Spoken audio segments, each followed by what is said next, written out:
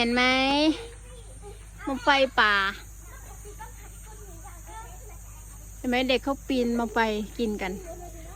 เขาขึ้นต้นมาไฟเก็บลูกมาไฟกินกันมาไฟป่าเห็นไหมนอนมีไกด์ด้วยข้างในนี่สิ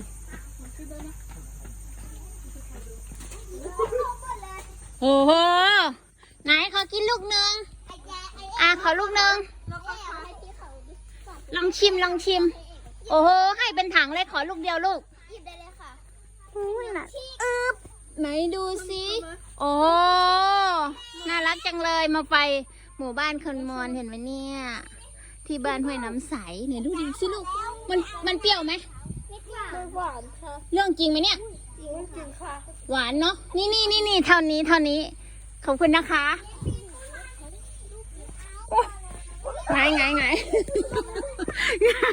ขอเด็กมา